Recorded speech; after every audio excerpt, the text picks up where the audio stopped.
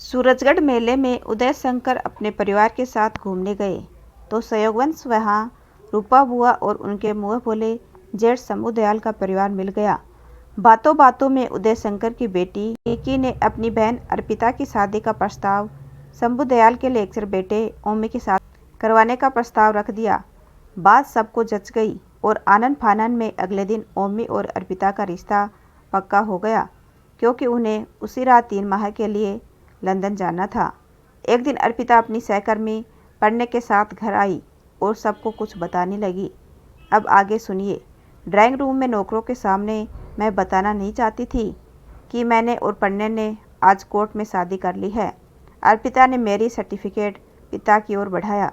अनीता ने हैरानी से बेटी की सुनी मांग को देखा। निकी भी भौचकी सी खड़ी थी, लेकिन उदय शंकर ने सहमत स्वर में कहा, चुपचाप कोर्ट मैच की क्या ज़रूरत थी बेटी?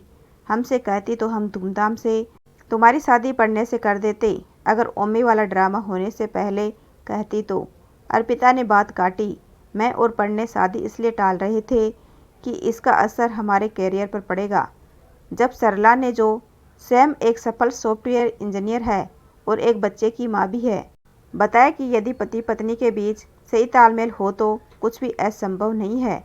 वह बच्चे को सास और पति के पास छोड़कर यहाँ आई हुई थी तो मुझे बात समझ में आई, और फिर यह डर था कि कहीं आप लोग निक्की के सोचे की गंभीरता से न ले लो। सो मैंने रात को पढ़ने को सब बताया। इसने कहा कि कल मिलने पर बात करेंगे, लेकिन इससे मिलने के पहले ही रोका हो गया। दीदी, यह बात आपको रोके की रस्म होने से पहले सबको बता देनी चाहिए थी, निक्की बोली। पढ़ने से बगैर पूछे मैं कैसे कुछ वादा करती, और फिर मौका भी नहीं मिला। रोके को रोकने को जो भी हम कहते थे उसे वे कार देते थे। खैर, मुझे यही सही लगा कि इस बात को गुप्त रखने को कहूँ और फिर खारिज करवा दूँ। लेकिन आप सब जिस तरह ओमी पर लट्टू हो, मुझे नहीं लगा कि आप यह रिश्ता तोड़ना मानोगे।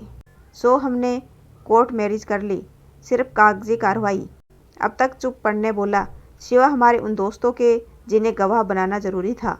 किसी को इस शादी के बारे में पता नहीं है। आप जब और जिस विधि से शादी करवाना चाहेंगे हम शादी कर लेंगे, और तब तक अर्पिता आपके पास ही रहेगी। बस आप कहीं और इसकी शादी नहीं कर सकेंगे। उसका तो खैर सवाल ही नहीं उठता, अनीता ने कहा। लेकिन तुम्हारे घर वालों की रजामंदी? पढ़ने, मेरे परिवार में तो सिर्फ भाई भाभी हैं, उन्हें अर्पिता पसंद है। आप जब कहेंगे उन लोगों को बुला लूँगा, पढ़ने ने कहा। तुम दोनों अपनी छुट्टियों का हिसाब किताब बताओ, उसी के हिसाब से हम तैयारी करेंगे, उदय शंकर ने कहा। छुट्टी तो कभी भी 1 हफ्ते की नोटिस पर मिल जाएगी। तो ठीक है, अपने भाई का फ़ोन नंबर दो, उनसे बात करता हूँ, उदय शंकर ने कहा। इतनी शांति से सब होता देखकर अर्पिता द्रवित हो उठी। लेकिन शंभू दयाल अंकल से कैसे निपटेंगे पापा? और रूपा बुआ भी बहुत नाराज़ होती रहे। जब रूपा ने बात छेड़ी थी, मैंने तभी कह दिया था कि मैं अर्पिता से बात करने के बाद ही बात आगे बढ़ाऊंगा। मेरे लिए सिर्फ मेरी बेटी की खुशी मायने रखती है, रिश्तेदारों की नाराज़गी नहीं, उदय शंकर ने दृढ़ स्वर में कहा। शादी धूमधाम से हो गई। रूपा को रोके के बारे में कुछ पता नहीं था, सो उसने इतना ही कहा कि अचानक अर्पिता की शादी तय हो जाने से ऐसा लगता है कि ओमी के जीवन में शादी लिखी ही नहीं है। बेचारा निकी के मुँह से अचानक ही निकला। शंभू दयाल के विदेश से लौटने से पहले ही अर्पिता और पन्ने हनीमून पर जा चुके थे। उदय शंकर ने शंभू दयाल को पत्र लिखकर रिश्ते का अंत कर दिया था, लेकिन ऐसा हुआ नहीं। एक रविवार की सुबह शंभू दयाल और सुभद्रा को देखकर उदय और अनीता बुरी तरह शक पका गए। शंभू दयाल दंपति ने बड़ी शालीनता से अर्पिता की शादी के लिए उन्हें मुबारकबाद दी, जिससे वे लोग और भी संकुचित हो गए। वातावरण को सहज करने के लिए निकी उनसे उनके लंदन प्रवास के बारे में पूछने लगी। उन्होंने वहाँ क्या अच्छा लगा और क्या नहीं विस्तार से बताया। फिर उसकी रिसर्च के बारे में बात करते करते अचानक पूछा, तुझे भी कोई पसंद है शादी के लिए? तो अभी से उदय को बता दे। नहीं अंकल, इस रिसर्च के चक्कर में कपड़े तक तो पसंद करने का समय नहीं मिलता। थीसिस पूरी कर लूँ, फिर आसपास देखूंगी और कोई पसंद आया तो आपको बता दूंगी। पक्का अभी कोई पसंद नहीं है? 100% अंकल। अगर इसे कोई पसंद होता न तो यह कब की ढिंडोरा पीट चुकी होती। भाई साहब, अनीता ने कहा, यह अर्पिता की तरह धीर गंभीर नहीं है। सच मानिए, पढ़ने को हम वर्षों से जानते हैं, मगर कभी ख्याल ही नहीं आया कि उससे रिश्ता जुड़ सकता है, वरना हम आपको परेशान नहीं करते।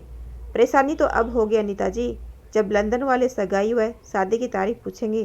क्या बताएंगे उन्हें कि जिस लड़की से रिश्ता करके हमने उनके सुझाए रिश्तों को नकारा था, उसकी तो कहीं और शादी हो गई।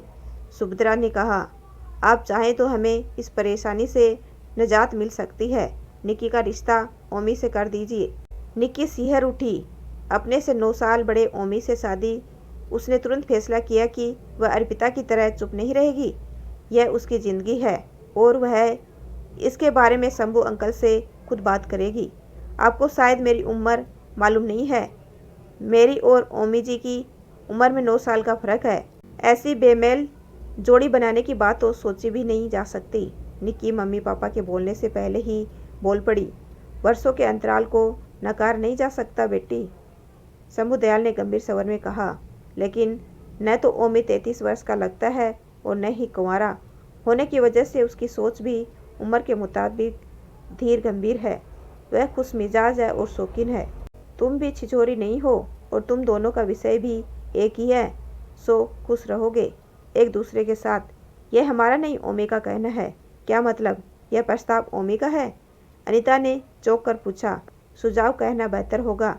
असल में मैं यह सोचकर परेशान हो रहा था कि मैं अपने रिश्तेदारों को किस मुँह से रिश्ता तोड़ने की बात बताऊं। तो ओमी ने सुझाया कि हम निक्की का हाथ मांग ले। रिश्तेदारों को यह तो नहीं बताया था कि उदय अंकल की बड़ी बेटी से रिश्ता तय किया है या छोटी से। वैसे भी निकिता मुझे पसंद है और फिर हम दोनों पढ़ाते भी एक ही विषय हैं, सो एक दूसरे को सहयोग भी दिया करेंगे, यानी खुश रहेंगे एक दूसरे के साथ। शंभू दयाल ने कहा, मुझे उसका यह कहना गलत नहीं लगा। ओमी का कहना बिल्कुल सही है। उदय शंकर कहे बिना न रह सके। फिर भी इस बार हम आप पर कोई जोर जबरदस्ती नहीं करेंगे। आप लोग आपस में विचार विमर्श करके हमें बता दीजिएगा। कहकर शंभू दयाल उठ खड़े हुए। अरे ऐसे कैसे बिना चाय पानी पिए चले जाएंगे? अनीता ने प्रतिवाद किया। आप बैठिए मम्मी, मैं अभी चाय भिजवाती हूँ, निकिता ने उठते हुए कहा और नौकर से चाय बनाने को कहकर अपने कमरे में आ गई। मम्मी पापा के रवैये से तो लग रहा था कि वे उसे आसानी से ओमी के सुझाव को नकारने नहीं देंगे। जिस सहृदयता से अर्पिता की खुशी की खातिर उन्होंने रिश्तेदार की परवाह नहीं की थी, उसी रिश्तेदारी के लिए उसे अपने से कहीं बड़े पुरुष से विवाह करके अपने अरमानों का बलिदान करने को कहा जाएगा। उसने अर्पिता को फ़ोन किया, पर उसके शुष्क जवाब ने उसका इरादा दृढ़ कर दिया कि यह उसकी निजी समस्या है और उसे अकेले ही सुलझानी होगी। वह ओमी से मिलेगी, अपनी रिसर्च के बारे में उसे जितनी मदद मिल सकेगी बटोर लेगी और फिर ऐसी बचकानी हरकतें करेगी कि ओमी खुद ही उसे शादी करने को मना कर देगा। उदय शंकर और अनीता के पूछने पर उसने कहा कि कुछ फैसला करने से पहले वह ओमी से मिलना चाहेगी और फिर मुलाकातों और फ़ोन पर बातें करने का सिलसिला शुरू हो गया। उसे लगने लगा कि केवल उनके विषय ही नहीं, शौक और पसंद भी प्राय एक सी थी। ओमी परिपक्व था, सो शालीनता वह मनोरंजन के भी सामंजस्य से बनाना जानता था। उसके कहने से पहले ही उसकी पसंद जान जाता था। उसे वह अच्छा लगने लगा था, मगर इतना अच्छा भी नहीं कि उम्र भर के बंधन में बंध जाए। तूने क्या सोचा निकी? एक रोज़ अनीता ने पूछा। ओमी को तो तू बहुत पसंद है। वह कहता है कि कमाल की जोड़ी बननी थी, सो उस रोज़ संयोग से हम दूर दराज रहने वाले लोग सूरजगढ़ मेले में चले गए। मुझे भी उसकी बातें सही लगती है, वरना क्यों तू रूपा को उसके और अर्पिता के बारे में सुझाती और अर्पिता कोर्ट मैरिज करने की हिम्मत करती। यह तो है मम्मी, है तो सब संयोग ही, निकिता ने स्वीकार किया, और इसे नकारना बेवकूफ़ी होगी जो मेरी समझदार बेटी कभी नहीं करेगी। उदय शंकर ने अंदर आते हुए कहा। निकिता ने शर्मा कर सिर झुका लिया। मम्मी पापा उसे बलिदान नहीं मांग रहे थे, बल्कि उसे वरदान दे रहे थे। यदि आपको मेरा छोटा सा प्रयास अच्छा लगा हो तो चैनल को लाइक शेयर एंड सब्सक्राइब कीजिए। आपका अपना कीमती समय देने के लिए दिल से धन्यवाद।